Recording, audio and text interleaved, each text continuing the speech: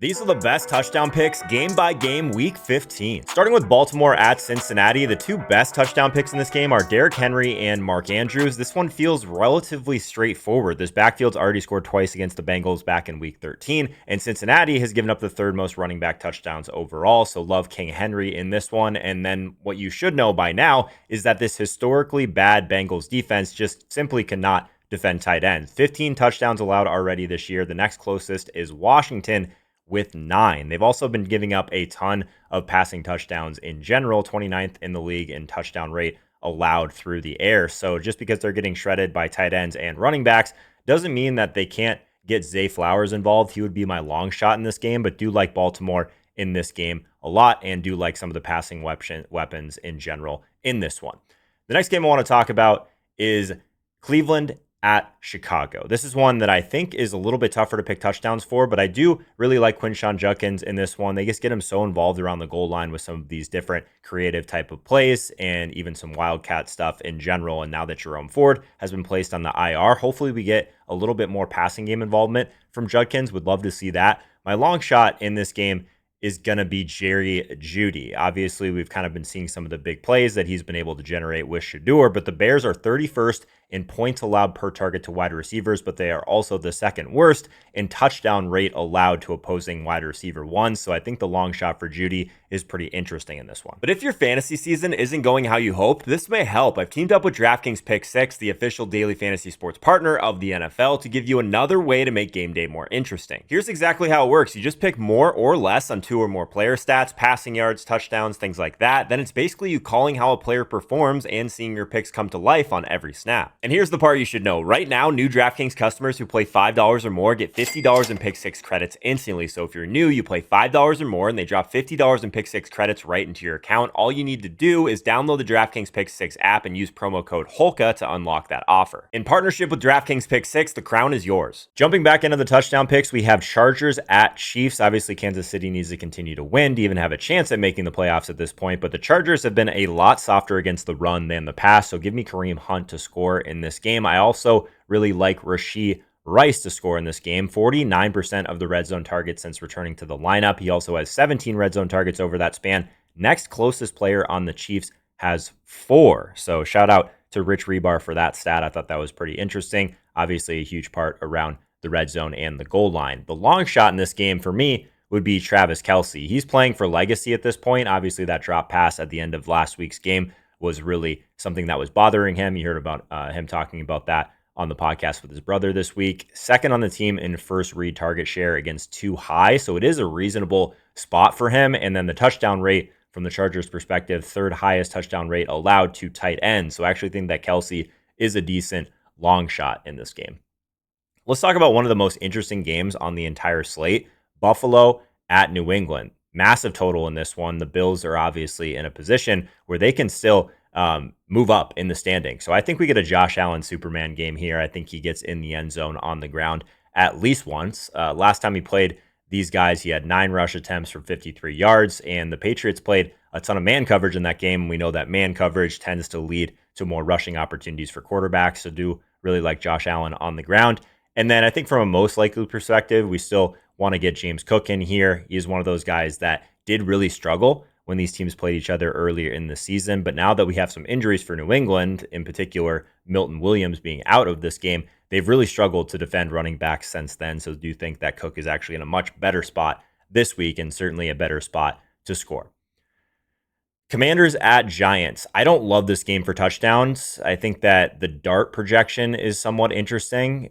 In particular, I think he has a really good chance to throw at least 1 or 2 touchdowns through the air. And if he is going to be doing that, I think we have one long shot that is the least interesting in this game. And I think if I was going to go one direction, it would be getting Theo Johnson to score. This is a team in terms of the Commanders that have really struggled to defend tight ends. Also, a 10.1 touchdown rate allowed. That's the second worst in the NFL. So if they are going to be throwing a touchdown, I do think that it's a really good spot to get him one. Raiders and Eagles. We might get Kenny Pickett in this game, which is kind of interesting, but I think the only interesting touchdowns in this game are going to be Saquon Barkley and A.J. Brown on the Eagles side. So Saquon Barkley, I think, is the most likely to score. The Raiders have been really struggling to defend opposing Running backs over the last few weeks, Quinshawn Judkins, Kamani Vidal, RJ Harvey, all of those guys have been top 10 in running back scoring. So they've been giving it up and giving it up in bunches. So I think that Saquon scores in this one. Also, from a long shot perspective, A.J. Brown is kind of interesting. They've struggled to defend wide receiver one targets all year. They're a bottom 5 team at touchdown rate allowed to wide receiver ones, opposing wide receiver ones. So like that, a lot, not a lot on the Raiders side in this one, in my opinion. Jets and Jaguars. So the pick here, I think, is pretty straightforward. I think it's Travis Etienne. The Jets are getting absolutely smoked by running backs lately, giving up a league high 9 rushing touchdowns over that span. But also the Jags have the 4th highest Vegas team total in all of Week 15. Cardinals and Texans. Obviously, this Texans defense has been super elite. So I'm going to be going to the other side in this one, and I'm going to go to Nico Collins. The Cardinals have allowed a league high passing touchdown rate over the last 5 weeks. So I do think that there is a chance that Stroud and Nico Collins could have a lot of success here. So give me Nico Collins as my favorite pick in this game. I always forget to remind you guys of this, but if you like touchdown picks, touchdownpicks.com, you can get access to my touchdown model early every single week. Obviously, this video comes out a little bit later in the week, but if you put your email in here, it's absolutely free. You can get access to all of my touchdown picks, my favorite touchdown picks in every single game. Basically, this exact video, but you get access to it a little bit early, and there's a link in the description for this as well. Packers and Broncos. I don't love this game for TDs either, but Jacobs is by far the most likely touchdown scorer, even in a tough matchup. Everything else in this game, I think, is a bit hard to build a solid edge around, so we're going to keep this thing moving.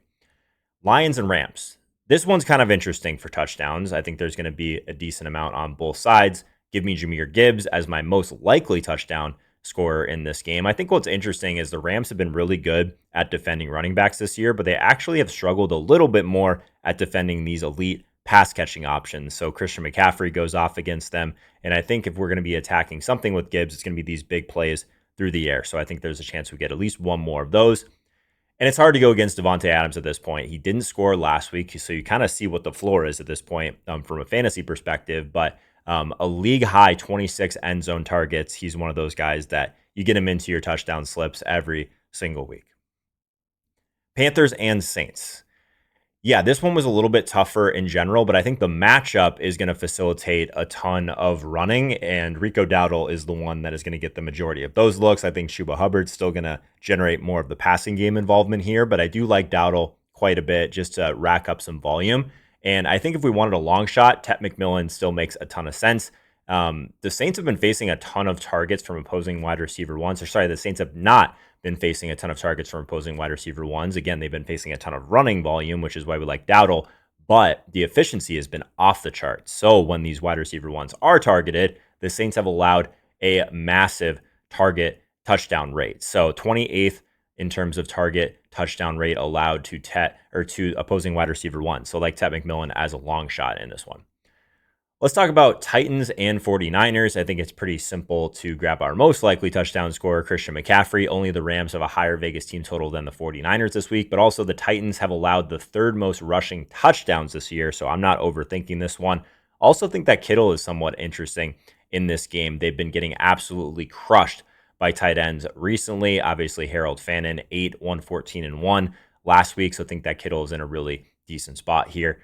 This is one that I think is kind of an interesting, deeper pick, though, is Chimere Dickey. I think that is, if you're going to be targeting one of these guys on the Titans side, you want to be at least targeting the best matchup, and where the 49ers are getting absolutely shredded is in the slot. They're allowing the 2nd highest yards per target, but also the 3rd highest touchdown rate to the slot. So really like this is kind of a deeper pick in this 49ers and Titans game.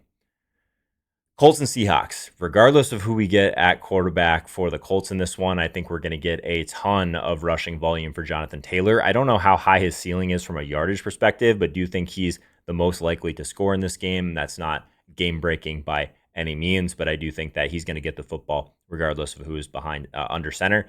Obviously, a really tough matchup, but he can still get in the box. Jackson Smith-Njigba has the best matchup in this game, and if we're looking purely at guys, he's really just like obviously the best wide receiver that you could be starting at this point of the season, but also the Colts have struggled a little bit with some injuries to defend wide receiver ones. So I like that one a lot. Vikings and Cowboys, Sunday Night Football. This one's a little bit tougher to kind of identify where things are going to go as well. Obviously, CeeDee Lamb trending towards not playing in this game. So give me Javonte Williams as the most likely touchdown scorer. The Vikings end up seeing a lot of rushing volume just because it's one of the one things you can do to defend against these creative blitzes. So I think that he'll get enough volume to get into the box, but also another week of chasing that Justin Jefferson touchdown. It's an amazing matchup, though. Dallas is allowing a league high 19 fantasy points per game to opposing wide receiver ones. They're also allowing the most fantasy points per target to wide receivers, and then a league high 9.5 touchdown rate. If there was a week for JJ to get this thing turned around and get in the end zone, I think this is it.